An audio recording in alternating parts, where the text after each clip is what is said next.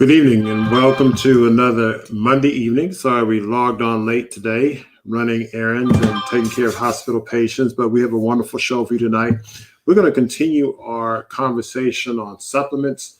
As you know, we've been going through the whole concept of supplements and what supplements are good, what's the benefit of supplements that are from professionals versus the over-the-counter supplements.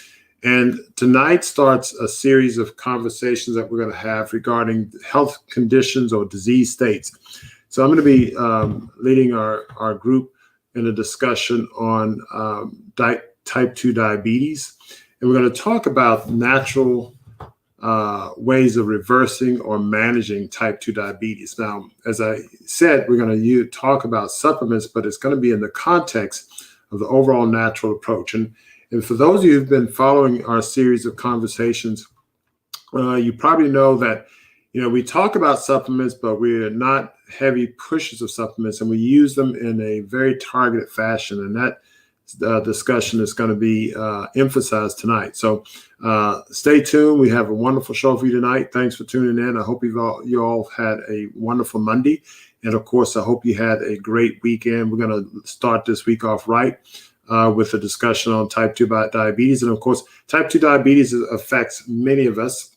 It's a condition, a health condition that has many ramifications. As a cardiologist, I'm pretty interested in the type 2 diabetes because I have patients with type 2 diabetes have heart disease until proven otherwise. And I see a lot of patients with type 2 diabetes. They also are riddled with stroke and kidney failure and the like. In fact, the two number one causes for kidney failure in the United States is high blood pressure and diabetes. And so it's a disease state that has a big impact on our overall well-being and also contributes to our major healthcare costs. So without further ado, I'm going to bring two of my esteemed colleagues on stage. Dr. Pamela Atkins, welcome this evening. How are you doing, Pamela? Good evening. I'm doing well. How are you? Just fine. I'm glad Mike started working okay without any hiccups. Great. And Dr. Floyd Atkins, hello, sir. How's it going? Doing great today. How about you? Oh, just fine.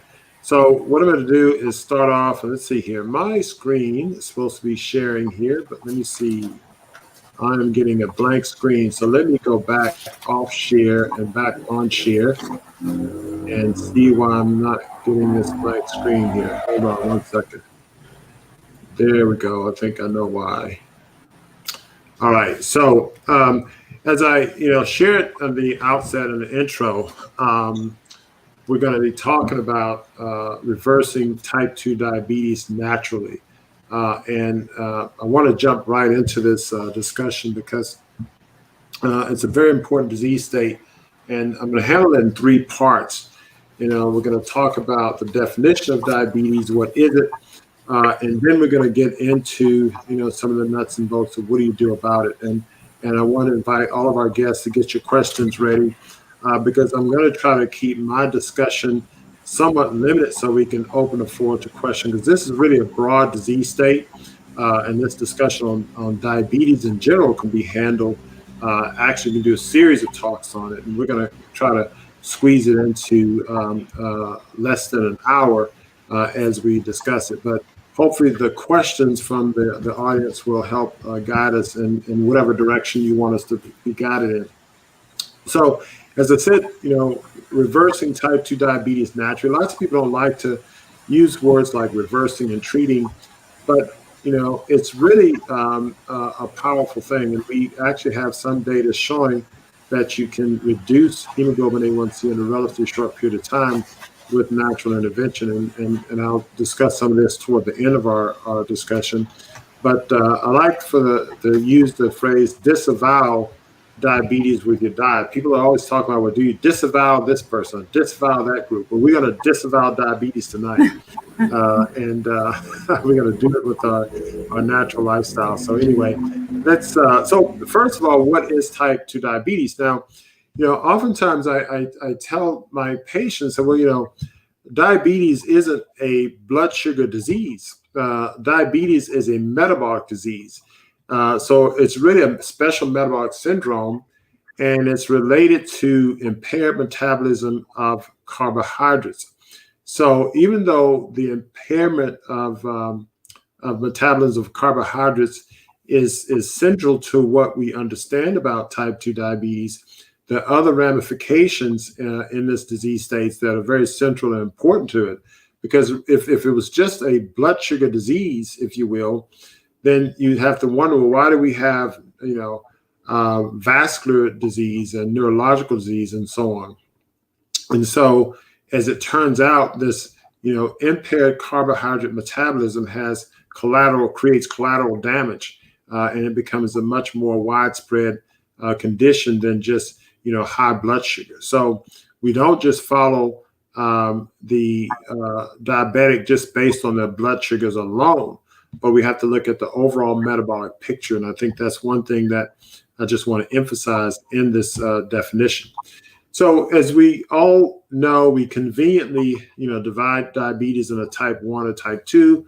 When I was in medical school, it was juvenile versus adult. Now the juveniles have the adults, and many of the adults have the juvenile. So it's a day and time when, men are women, women are men, and juveniles are adults, and adults are juveniles. We're all confused these disease states. But point is, type 1 diabetes, autoimmune reaction to the pancreas, is the classic understood mechanism. Now, when I was in medical school, we often thought that this was a viral mediated autoimmune reaction. And I think in a lot of cases, it could be or likely is. But there are other types of things that can trigger autoimmune. So for instance, there's data showing that casein protein molecules are antibodies to casein protein, cow's milk, has been found associated with beta cell, islet beta cell damage.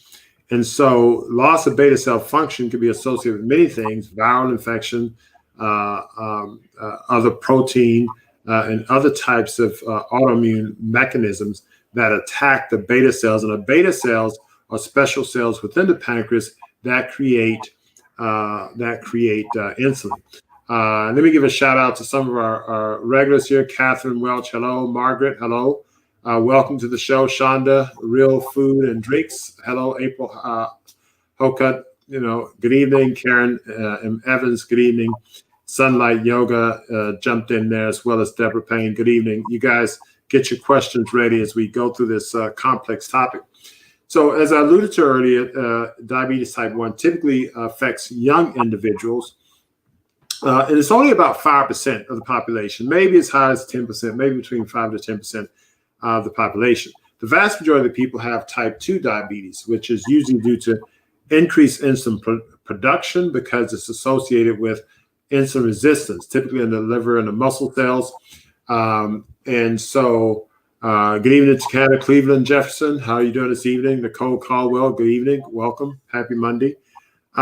So type 2 diabetes is what we see mostly, especially in the adult medical practices, and it's insulin resistance. In fact, in my practice, I used to measure insulin levels, and oftentimes, especially individuals when I would get their cholesterol, if I saw a high triglyceride to low HDL level, so let's say the HDL is 20 and the triglyceride is 120 or whatever the case is.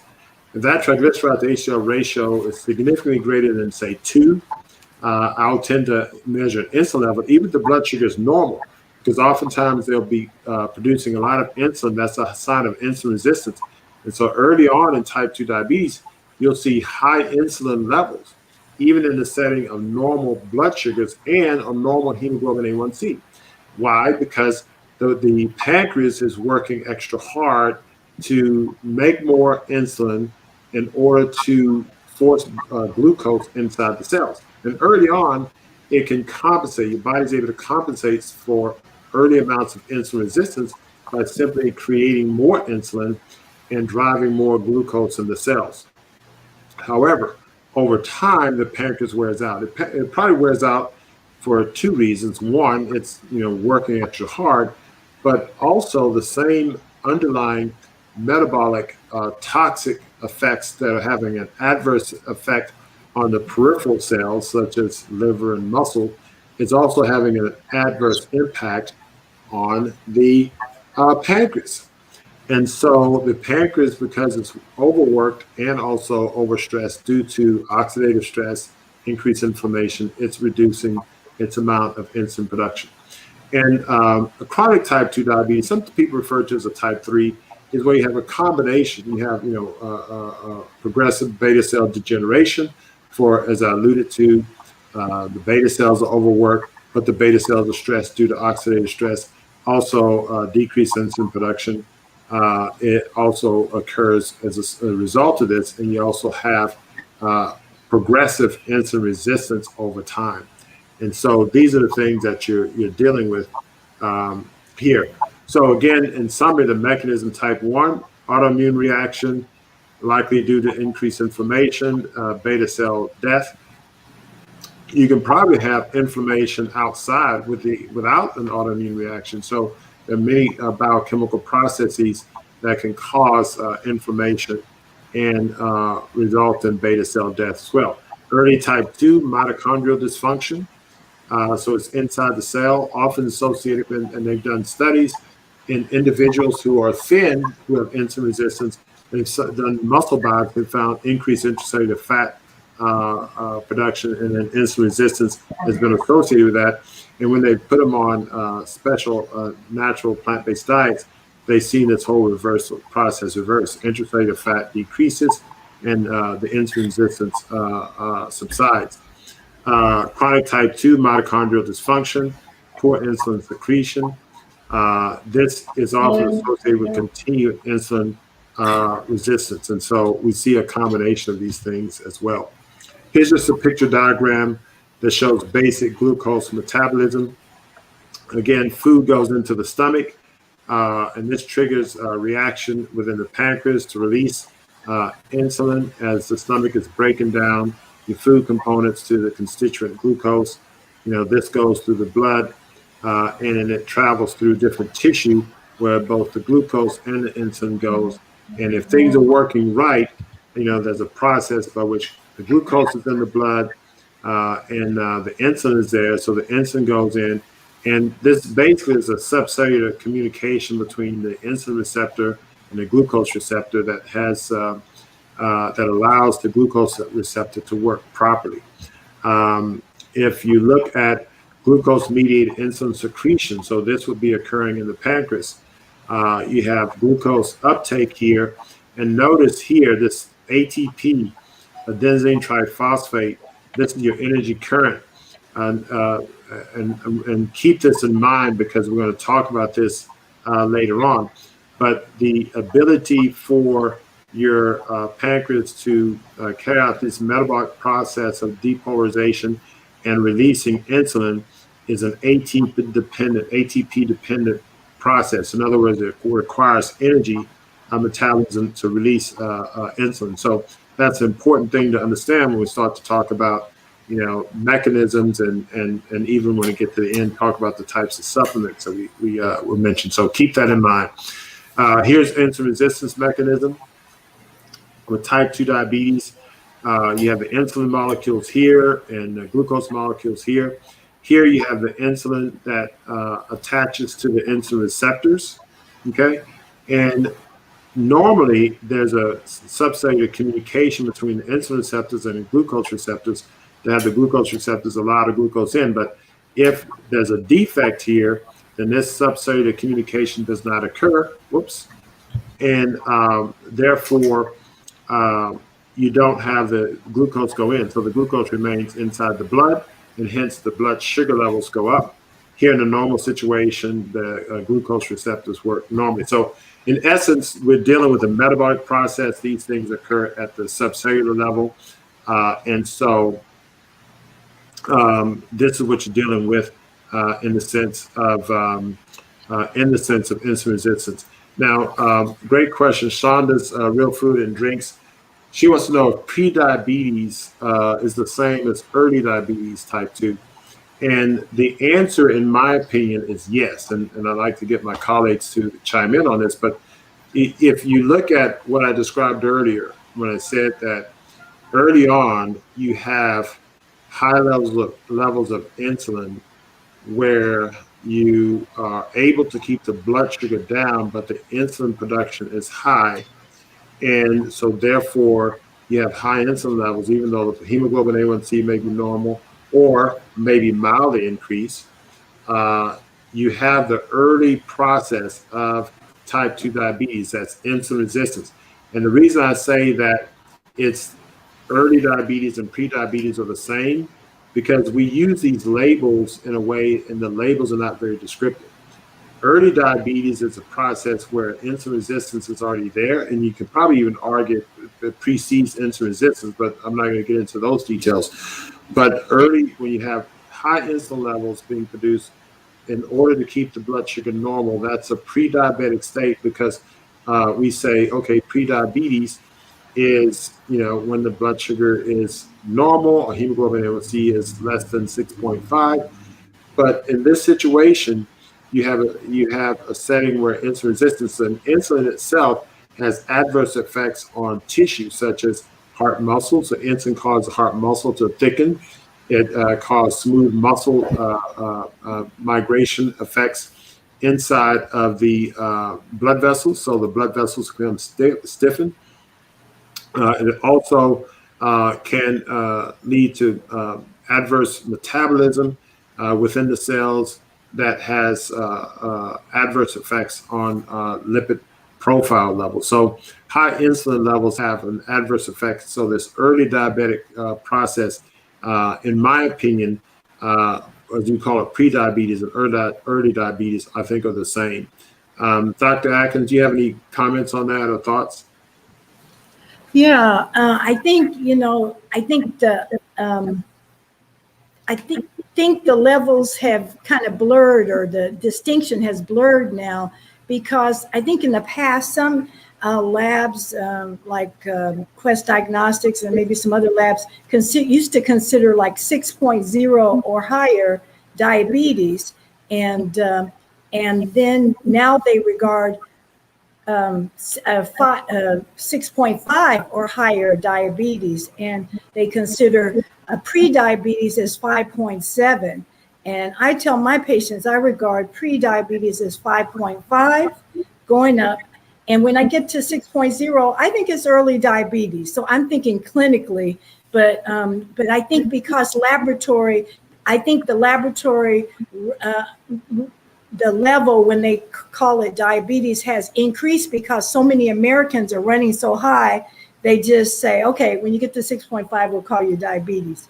But I think many people get the warning late because they don't always get the pre-warning, and haven't been monitoring that. And so I think we need to be more vigilant and to call it out early, as we see it, if it's increasing, and so I think that's what the confusion is. I think some of what the lab has regarded as these terms has changed. Yeah, I think it's arbitrary, and I think it's something that we like you say, it all depends on what we're going to do about it. And the important aspect is, if you're not having to start any, medications, then I think it's very good to have an aggressive early diagnosis and early treatment, because the potential risks are relatively low. So, I mean, you're right. I think that's good. Any cannabis medicine, can it affect diabetes? We have a good cannabis question there. Any comments on that? I suspect it might. Cannabinoid system, I remember from our talk on endocannabinoid system that it does have an effect, does it? I'm trying to remember. It has a favorable effect on.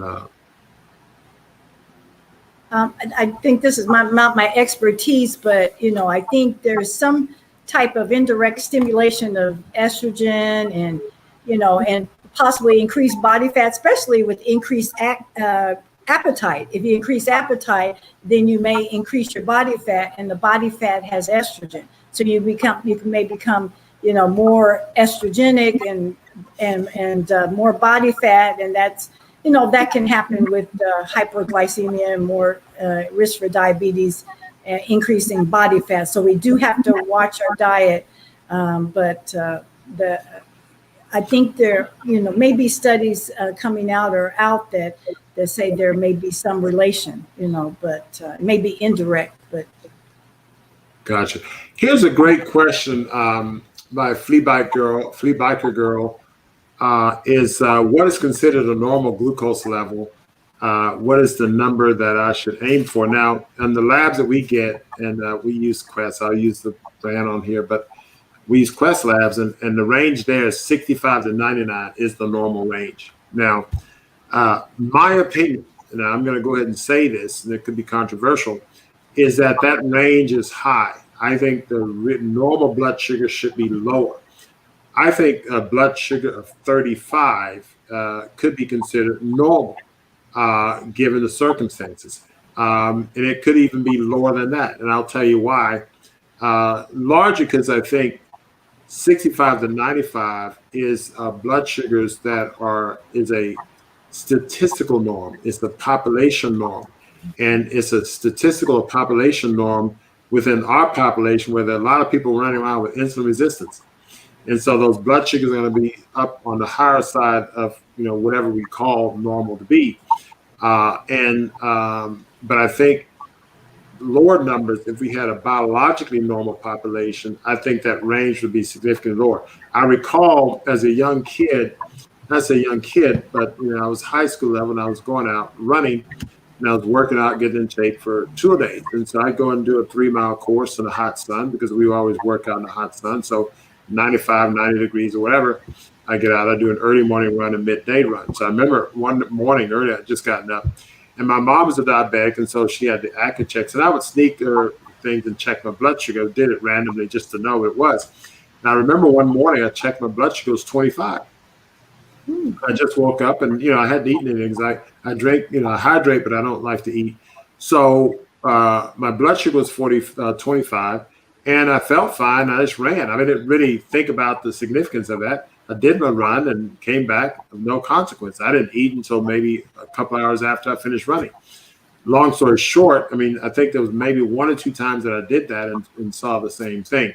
So what I'm saying is that I think the biological normal blood sugar range is likely lower than what we get on our labs. And so the reason I like that question is because it's the 2 answers. One, the typical lab normal or population norm is 65 to 99.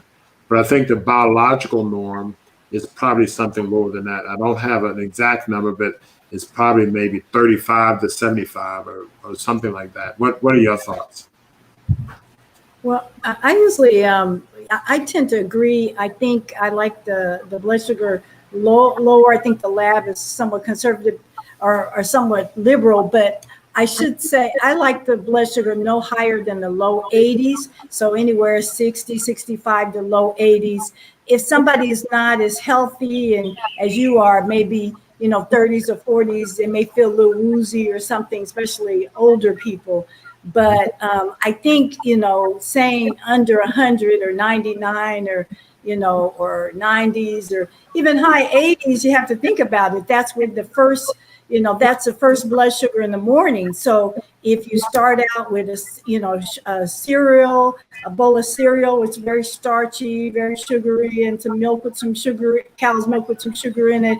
And then you go to, eating later on sodas and lemonade and whatever else, hamburger, French fries, the level has gone out of whack. And so if you start low, you start at barely 90 or right below 100, then you could be, in that pre-diabetic or diabetic range, fasting, just because it's less than 100. So I don't like it that high.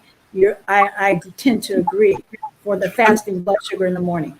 And let me preface one thing, because although I said 35 things lower, as you imply, many people are auto-regulated at higher numbers. So let's say if you're a diabetic and you routinely live at 140 and you do something to drop it down to even 60, you're going to feel funny because you're auto-regulated higher. But when I say biological norm, I'm starting from a biologically normal condition, which someone who has diabetes can get to that biologically normal range. And what I typically do, again, this is a great question because when I have patients and I have them on a nutritional regimen, and let's say they're on insulin and they're on other oral drugs or whatever the case is, and I put them on a nutritional detox, I will then remove those medications. I say, as long as your blood sugar stay below 200, I'm okay. That doesn't mean that that's a normal blood sugar. It's just that I'm satisfied with that number for the time being, because I know that if you stick with the nutritional regimen, that number is going to come down. And over time, we've seen people with very, very high blood sugars. I mean, I had one patient with hemoglobin A1C in the double digits and blood sugars 300 to 400. And eventually his hemoglobin A1C came down to, less than 5. And as the insulin resistance, the body repairs itself, the insulin resistance is reduced, then the hemoglobin A1C comes down, and you can get to that biological normal. But it happens in a natural way. Now, if you shoot up a lot of insulin and drive it from 140 to 65, then some people are going to feel bad with that. And that's not what I'm talking about. But I'm talking about a biological norm where either you start off there naturally or you progress there naturally, and then all of your biochemical and physiological mechanisms adjust accordingly over time. That then becomes your new normal. So that normal varies depending on what the situation is. I have a quote unquote normal okay if we're detoxing you and we're weaning you from medications.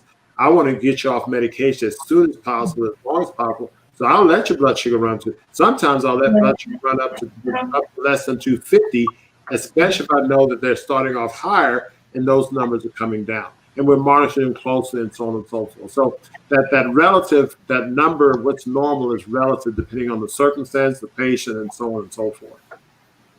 Any other comments? I can't add anything to all of that. We can hear justice. Yeah, I'm here. How about the hemoglobin A1C? Do y'all like to get that on a routine basis? Yes. Yes. Yes, I mean, the hemoglobin A1C, I just want to let the audience know that's the average blood sugar for the past 3 months. So think of it as like the report card for your blood sugar. So it doesn't matter what you've eaten the day before or the day of or whatever, the hemoglobin A1C is going to show what your progress report is for 3 months. And so that is a good ruler to use to see how well controlled you are. And, I tend, and the lab considers less than 6.5 non-diabetic, but it considers 5.7 as pre-diabetic. And I think we need to start looking, I think it's 5.5 or earlier. I think we need to look, because many people, when you look back, they've been increasing all along, and so we want to, but the hemoglobin A1C is just a simple blood test, and it gives good information. You don't have to be fasting for it, but many times we do it with our group of blood work that may be fasting, to look at your fasting blood sugar and cholesterol also at the same time. Yeah, I agree. And the other thing that contributes to hemoglobin A1C would be fluctuations of blood sugars. And if you're having these wide swings, that'll increase your A1C as well, in addition to the average. And we were able to show in our published data when we did a patient on the detox, we showed a significant reduction in hemoglobin A1C in just 4 weeks. And the impact we were having was on fluctuations, not the average over 3 months. And exactly I can say is, yes, it gives you a report card over 3 months. But if you're having these wide swings, eating bad food, and numbers just bouncing around and shooting up insulin, that'll bump your numbers up. The interesting thing in our data is that the fasting blood sugar, the average fasting blood sugar in our population of people did not change significantly in that population of our study. However, the hemoglobin A1C was reduced by 3%. And so I was fascinated with that, because I say, okay, I think I know what's happening. I think it's the postprandial blood sugars that we're having an effect on, and that's contributing to those swings. So because the biggest opportunity to have the swing is your postprandial effects. And so on a plant-based diet, especially one that's not processed, those postprandial blood sugars, I think, are being kept in control. But anyway, that's our data. Real quick question before we go on to part two. I wanted to say one more thing about the hemoglobin A1C. Sometimes, I'll have a patient that, I think looks like they may be pre-diabetic, right? Risk for being diabetic, and they may be overweight, etc. And when you get the hemoglobin A1C back, it's well below the limits. It may be 5.4 or 5.1. But if I see the fasting blood sugar, that time, or even a series of times, borderline high, higher than the low 80s, and a low or normal hemoglobin A1C or normal hemoglobin A1C, I'm more suspicious that they're having hypoglycemic spikes. They're having hypoglycemic times where you eat something starchy, sugary, you cause pancreas to secrete, and the blood sugar gets low. So they get those highs and lows, so the average looks better. And many of those people, oh, I'm not a diabetic. My doctor said I'm not diabetic, and they eat all the candy and cookies and cake all they want. And then years later, oh yes, I'm a diabetic now. They've been morbidly obese for a while. So yeah, they didn't see it coming. Now, that's a great point, and that's why I like to emphasize it's a metabolic disease, not a blood sugar disease, because, oftentimes we just focus on the blood sugar, and that's the emphasis of many endocrinologists are going to treat the blood sugar, tight control. And you got to step back and treat the metabolic condition, which is more global. And as Dr. Atkins eloquently pointed out, you can miss it because we're not looking at the metabolic component. We're just looking at the blood sugar and the A1C. Oh, okay, it's okay. Next, that type of thing. So a few questions here. And I'll go to doctors normally don't run A1Cs. Typically, they don't. Oftentimes, there's an insurance-related issue. If you can have a diagnosis like hyperglycemia without the diagnosis of diabetes, then that's fine. Do you ever see people completely reverse their diabetes from taking oral medication like metformin or even taking insulin to taking no medications? Well, we see that. I see it routinely. I think you guys see it routinely. Diabetes. Yes. Diabetes respond to healthy diet very, very well. When I see somebody come in and say, I want to reverse my type 2 diabetes, I say, okay, no problem. That doesn't mean they're difficult cases, and there are. But type 2 diabetes is probably one of the disease states that I treat that probably responds more immediately than other disease states. Would y'all agree with that? Or agreed? Yeah, and I have a couple of slides of some patients that we did. I'm going to share with you when to show what we've seen. Yeah, that's perfect. No, that's perfect. Yeah, we can do that. That's so anyway, what I'm going to do is I'm going to take us to part 2. So basically, part 2, we're going to talk about lifestyle interventions, and I'd like to get into that component. And so let's go ahead and take a station break. We've been talking a lot, but we'll take a station break, and you guys keep your questions coming. We want to address everything. So after the station break, we'll talk about lifestyle interventions. But if you have other questions related to part 1, we will address those in part 2 as well.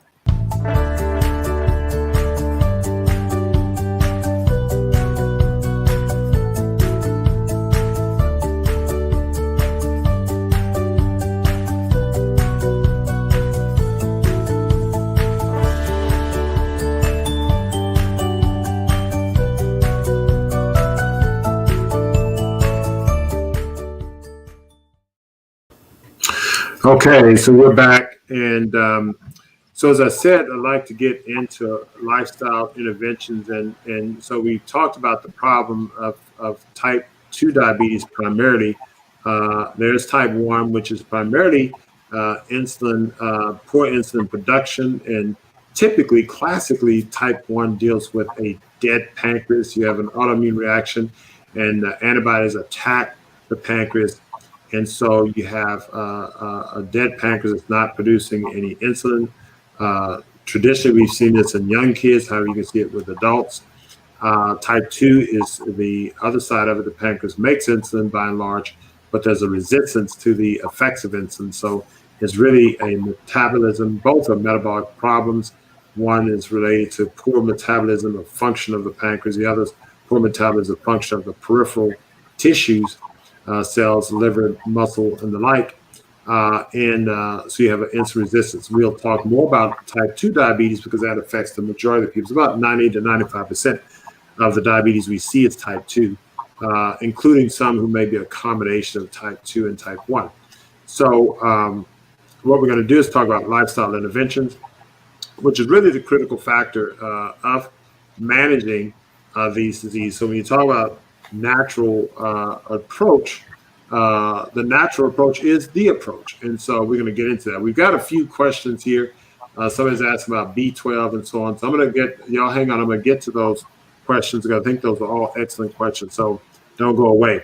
So I like to use a food prescription. So nutrition. It's going to be the way you approach diabetes. In our clinic, we have a lot of success with a minimally processed plant-based diet.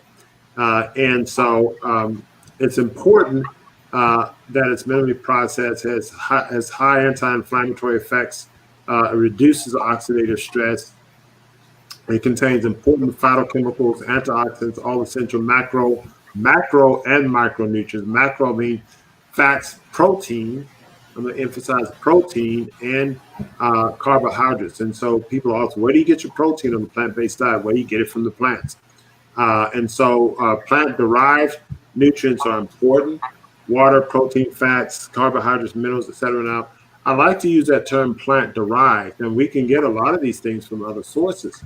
But a plant-derived water, for instance, we can drink water in an inorganic state, but plant-derived water is more alkalinizing, it's more hydrating. I've seen that in my clinical experience with patients who are consuming raw plant foods, fruits that are high in water, and so on, are able to quench their thirst or hydrating themselves much more efficiently. We see that in the labs they draw. Similarly with cold pressed juices, which are extracted nutrients from plants, tend to be more hydrating in our clinical experience. And so processing such as high temperature heating and chemicals. I like to emphasize minimally processed plant-based foods because you don't want to over-process foods. And people like to notice I don't talk about vegan diet or vegetarian diet. These labels are not very precise, number one. Now, the use of the term vegan, vegetarian is useful because they look and say, okay, it's vegan, so you know that it doesn't contain a lot of things, and then you can go and look for other things. So I'm not saying the labels are not useful, but I'm saying that from a clinical standpoint, they're not precise enough for us. And so if I'm prescribing a nutritional regimen, I want to be precise in terms of not only what you eat, but how you prepare what you eat and the ways that you prepare, the ways you avoid things. So processing at high temperature heating and chemical preservation can have adverse effects on the food. And so you want to definitely make sure your foods, even if they're heated, you want to heat at low temperatures. We have certain foods we make in our nutrition center and restaurant, on-site restaurant, where, for instance, we have a new pizza bread. It's an almond crust pizza bread. And so we use almond flour with psyllium husk and water, sea salt. We only heat it up to 115 degrees, and it has a very nice texture. It comes out warm. We have a pizza we make out of it. The pizza is delicious. I mean, people in the office who are not all the way plant-based or not nearly plant-based love it. And so you're able to recreate taste and texture with a certain amount of heat, but the high heats you have to be careful with. So there are certain techniques that you can use to get the benefit. Blue-green algae superfood is one example. There are other superfoods that you can use. Spirulina, sea moss is a superfood. But these things are often sea vegetables. Some are macroalgae, some are microalgae. But they're very high in phytochemicals, omega-3s, trace minerals. They are rich in trace minerals and other things like iodine. And they often have higher amounts of essential nutrients than many land cultivated plants. And so typically what you're dealing with land cultivated plants, the soil may be depleted if it's not organically grown. It may be problematic. It may be problematic if it is organically grown. So there may be some issues there. So superfoods, and I use blue-green algae as one example, but sea moss, spirulina are other examples of superfoods. Moringa is a superfood that high in nutrients and the like. These can be beneficial. How about exercise? Notice I didn't just say exercise, but I say high intensity outdoor exercise. One of the benefits of COVID is that it forced a lot of us to go outdoors. with exercise, and I think we should stay outdoors with the exercise. Post-COVID, largely because fresh air and sunshine. Exercise in general increases muscle tone, helps you improve flexibility, improves cardiovascular function, and helps increase endurance. So that can happen whether you're exercising indoors or outdoors, but you're getting up and moving. And even though I say high intensity, I don't mean that you have to kind of, do, 1,000 burpees, but it's basically, sort of an increased intensity and then sort of a rest. It's not running, it's sort of the opposite of, say, running a marathon. Not that I'm against running a marathon, but kind of do an exercise, an exertional period and a rest, exertional period and a rest. That's why I'm in high intensity interval exercise training.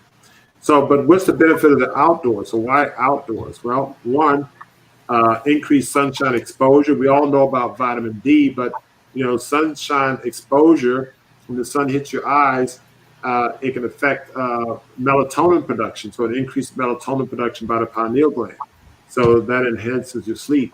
More fresh air, in all likelihood. Now, some of us live in polluted areas. And if you live in Los Angeles, and we're in Houston, but still, it's going to be fresher than the recirculated air that you're breathing indoors. You're likely going to be around less EMF. I mean, many of us have, Wi-Fi in our houses or office buildings and computers. We're sitting around computers and Wi-Fi and lots of EMF. And you go outdoors, you at least get away from a lot of that, unless you live underneath the power plant. Of course, they have those 5G towers. So if you're outdoors away from a 5G tower, then you're probably decreasing your EMF. You have a chance of increasing your contact with the earth. I put images on here to show people, on the ground, touching the grass here. This guy has shoes on, but if he took his shoes off, he'd be on the soil. Somebody here, she's sitting and touching the ground. So outdoor exposure, you want to be in the grass, you want to get dirty. Just like when you're a little kid, you go outside playing, you got mud and dirt all over you. That's where we should exercise, mud and dirt and grass and, bugs and all that good stuff all over your body. And you come in the house and, your significant other say, get in the shower, but, only wash the private parts and under pits, leave the rest of it on. So you can, get that microbiome, juiced up. And we're laughing, but I seriously, advise my patients to do this. They look at me like I'm crazy. But, they're used to me saying crazy stuff over the years. So they said, well, I guess this is Montgomery. But I say it over and over, and, they eventually get out and do it. In fact, we started a fitness program. Our trainer comes a few times a week. And many patients come who have medically monitored fitness. And we get them out in the back of our building in the grass with their shoes off. And so they're working out barefoot, in the grass. And so we find that to be very beneficial. We really take that to heart. So high intensity exercise. So I'm going to take another station break. We're going to get into supplements. And then we're definitely going to answer your questions toward the end. And so just give us a few minutes as we go to a station break, and we'll see you right back.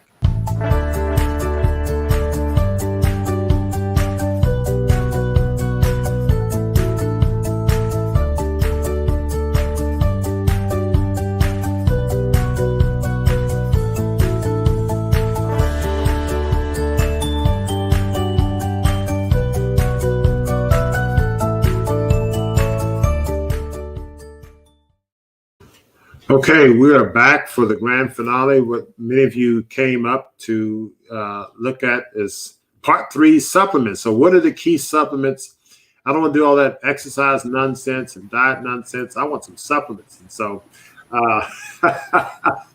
what can I take to get rid of this diabetes? And so, I've got the grand scheme on supplements, and my colleagues are here. They have their recommendations too. So what are we studying? Here's drum roll. Give me a drum roll.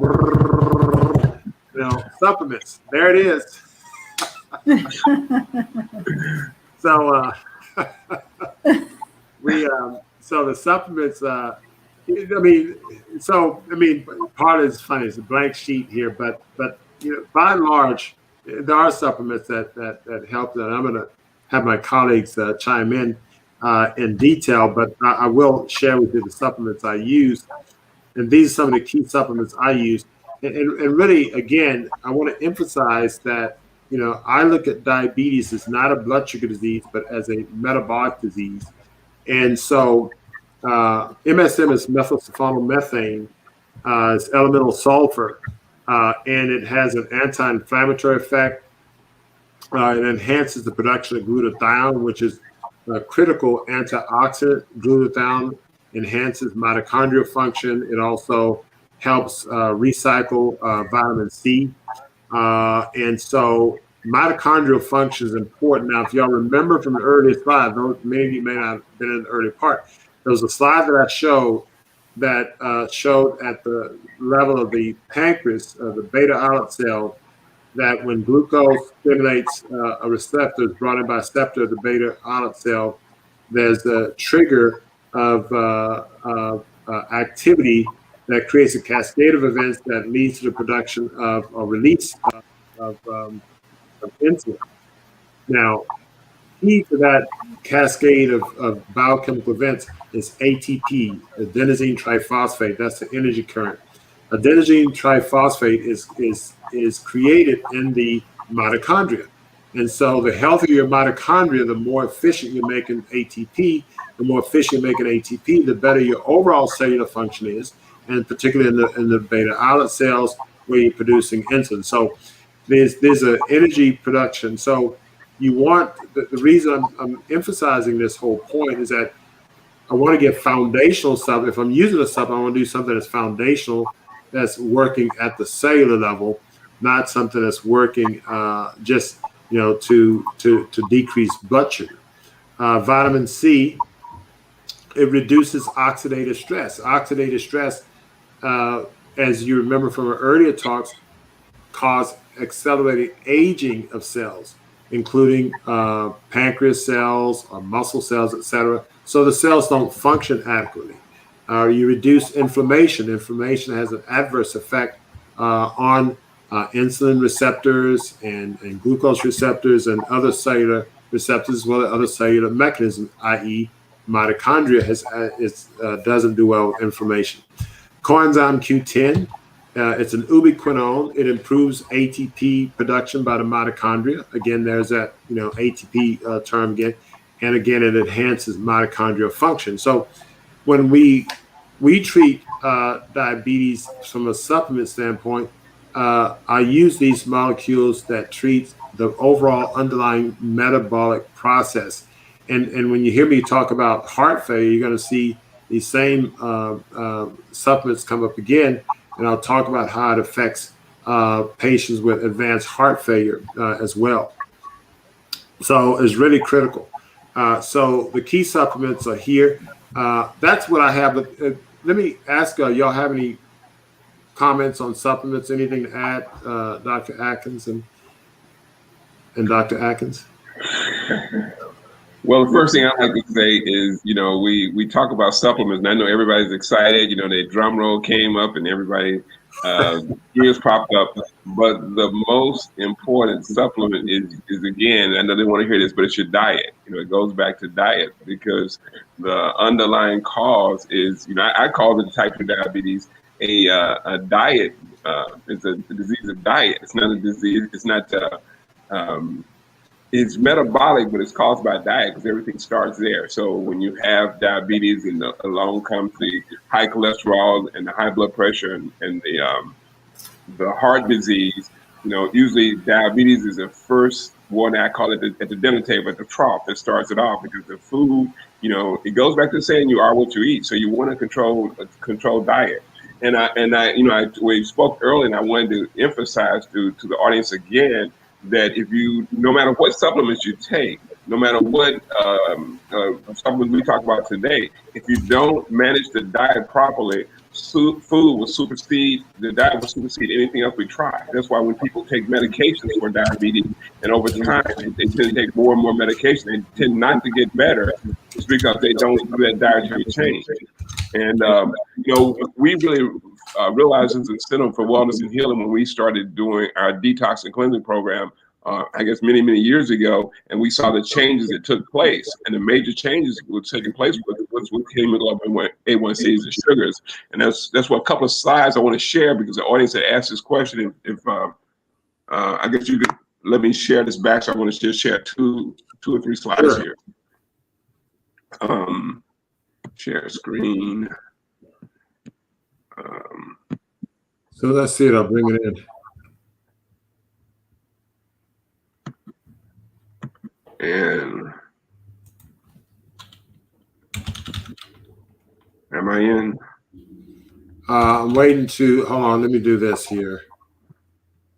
I'm going to stop the share on my side, now bring yours in. It's for some reason not letting both of us share. Okay.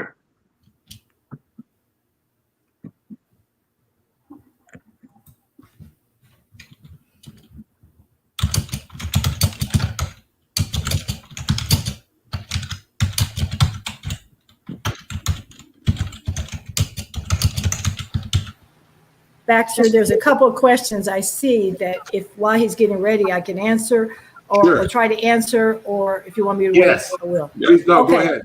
Yeah, Chandra said, it's sad they don't do hemoglobin A1C all the time. It's important, the squeaky wheel gets the oil. So let's ask your doctor to do a hemoglobin A1C on you or on your teenager or whatever. You can ask and say, you're concerned, and the reasons why you're concerned for risk for diabetes. Also, I saw there was a question about when I do my detox, should I take B12 and vitamin D? I think that was what I saw. It's not on the screen right now, but definitely. What'd you say? Imagine if they're deficient. Yeah. Here's one that's related too on the screen. What's related? The one related to the one you're answering, B12 deficiency causing A1C. Oh, okay. A1C, but go ahead. I'm sorry. Can B12 I don't necessarily think B12 deficiency causes hemoglobin A1C, but I tell people when you're doing a cleanse with us, stay on your vitamin D. A lot of people get off of it and just focus on their cleansing herbs, the cleansing diet, and many times the vitamin D level goes down when we repeat it. So I tell people continue taking your vitamin D as in dog, and always take it with food with oils in it, whether it's avocado or whatever, because it's better absorbed and you get your money's worth. And if you're directed that your B12 needs to be higher, you need to take B12, continue that. I would say continue that when you're on a cleanse with our cleanse and detox. Okay. Yep. All right. Can you see this? Can you see those the screen now? Screen share? Yes. I'm gonna make it bigger. Okay. I'm gonna hide us and make the screen bigger, but go ahead, we can see it. Okay, well, and basically, we do a 40-day detox program, and our goal is to really, again, address underlying issues. So we do a colon kidney cleanse, we do a parasite heavy metal detox, we also do a liver gallbladder flush. But when you work on the organs as far as getting them back into a healthy state, because the processed foods, the toxic foods that we eat, the fast foods we eat tend to just slow down the whole process. They gum up the whole system. And again, back to when you were referring to the MSM, the vitamin C, and those are actually the micro antioxidants that's cleaning the system up. And we do the same thing.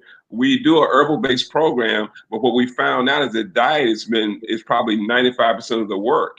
And just to give the example, this is a 57-year-old patient who came, and they came with the numbers on the right. The triglycerides were 399, cholesterol 261. You can see the HDL, the LDL, and also hemoglobin A1C was 10.2. Diagnosed diabetes. His primary care physician recommended metformin and a whole regimen of medication for him. His blood pressure was elevated also. We 6 weeks later, we did a 40-day detox after he started the program. I think we started in about February, but by April, when he finished the program, and this was no medication, wasn't taking any medications at the time. The triglycerides went from a 399 to 62. His cholesterol 261 down to 174. We also see, we look at his hemoglobin A1C went from a 10.2 from 5.9. So he fell from as extreme diabetic state into a pre-diabetic state at that time. At that time, 5.9 was considered non-diabetic, and you had to be below 6, but that has changed over time. And even his blood sugar was a little bit better control because they're all tied together. And I was just showing people that, and this is just dietary changes. We really emphasize doing that 6 week plant-based 75 to 80% raw diet because we want to alkalize as much as possible. We want to get the unprocessed food as much as possible. This is just another example. One thing on that last slide I want to point out is that heart rate. I know these are spot checks, but we've seen in our data the heart rate goes down significantly when you do the intervention with plant-based diet or nutritional intervention, and so that's a pretty significant decrease in heart rate from 74 to 60. So that's and again, this is someone who has cardiovascular disease by definition, in my opinion. And so to see that heart rate go down by 15 points, resting heart rate is really important because that has a big favorable impact on cardiovascular effects. And so that's a good finding there too. And I just want to say the power is in increasing the raw in the diet, because you can do plant-based, but if you're not doing the raw with live enzymes, the raw portion of that diet is healing. And so you can't, when you do all cooked food, you're not going to see the results like you do with increasing your raw to this extent. Yep, I agree. And of course, that systolic blood pressure came down too. So the double product, which we measure on the stress test, systolic blood pressure times heart rate, came down very significantly. Yeah. Another example here, this is a 54-year-old male, again, triglycerides almost cut in half. His cholesterol, again, from 172 down to 124. Some labs would say if you get down below 120 that you have low cholesterol, and Dr. you have to explain to me what that means. Also, but his hemoglobin A1C was at 6.0, and after the end of the period, he's down to 5.4. So he's well below the accepted diabetic range. Again, a tremendous effect on blood pressure. And that's why I say diet, when it comes to blood pressure, and that's why your prescription for medicine has a raw kitchen there, because diet is tremendous impact on the blood pressure. And we see that here. Now, this gentleman actually went from 220 down to 202, lost a significant amount of weight, dropped about 3% of his body fat. So, and we don't have his pulse on that. I have to see if I can locate that, but I don't have his pulse on that. Oh, I'm sorry. Go back to the previous slide. I'm sorry. Go back to the previous slide before that one. I'm sorry. Okay. One before that one, because you mentioned weight loss, and I want to look here. So notice the relatively small amount of weight loss. Now, 5 pounds is a good amount, but not as much weight loss here as before. Right. But you saw drastic reductions in your lipids and heart rate, blood pressure. And when we found in our data, when we look at the effects, we see inflammatory markers decrease by a greater amount by far than anthropomorphic changes. So you'll see changes in lipids go down significant. The hemodynamics will change a little bit more. And if you look at things like SED rate and CRP and all that, those things are changing even much more than just things like weight. So that's a nice graphic there to show how you have a disproportionate effect on the biochemistry than you do on weight. And I just want to emphasize that for people. Right. And again, it's not so much about the weight. Dr. Pam, do you want to say anything on the second slide? I have one other thing I want to show. No, I don't. I think you said it all, but I think that it's just... but that's the powerful thing. I mean, there are a lot of great supplements that you can say may have some benefit for blood sugar, but it's all bets off if you don't have your diet. I mean, you just can't throw, good supplements on top of the wrong foods and expect good results. And this is about, this slide here is what the detoxing program, the goals are. So lower cholesterol, reduce blood pressure, shed pounds, and reduce body fat, achieve better blood sugar control, reduce allergy symptoms, increase overall energy, increase mental alertness. And again, we're not targeting one disease or one disease process or one chronic ailment, but these are the underlying, these are things that happen when you tend to address the underlying cause of problems. You can see in a person's body structure changes. This one young lady was so proud of how she looked after the program and before, and she did these pictures herself and sent them to me. So that's just a visual for someone to see. The program is basically, again, we do lab work before and after. We do a 14-day colon kidney cleanse program. We do a 30-day parasite heavy metal detox. We're trying to get your biome and your probiotic biome in order and get the heavy metals out of your body. And also the liver gallbladder helps those organs function much better at detoxifying, and that helps us to lose body fat and also control blood pressure, blood sugar, and those kind of things. And then one thing we talked about, well, this is the book here, I'm gonna skip that. Now, Baxter, you mentioned, and I want to hit a couple of supplements. These are herbs. I did a thing on herbology, but all of these you find in capsules and pills if you go to any health food store. The bitter melon, I know you mentioned that earlier, but that's a prevention. Bitter melon is an herb that counteracts, it has a hypoglycemic effect. You just had two questions. Somebody asked about bitter melon, and Sumitra Thomas asked about what herbs are good. So you just hit both of them. Okay, and then the aloe vera gel. Japanese study found that aloe vera gel reduces blood glucose as well as your hemoglobin A1C level. And so, some people take it in capsules, some people take the plant natural and juice it and things like that. We talk about Gymnea sylvestre, which is an Ayurvedic herb. It's called the destroyer of blood sugar. But how it works, it tends when you chew the leaves of it or eat the plant, it tends to make sugar taste horrible. So anything that's sweet, people tend not to want. Gets accomplish the same goal, but to me, you're putting the thumb in the dike with that. Fenugreek, it was used as has anti-diabetic properties. The fenugreek seeds, and I'm just going through this because this is a whole nother discussion. Blueberry leaves, just give people idea, and they can do some research on this. Has been long used as a treatment for diabetes because it helps regulate insulin levels and blood sugar.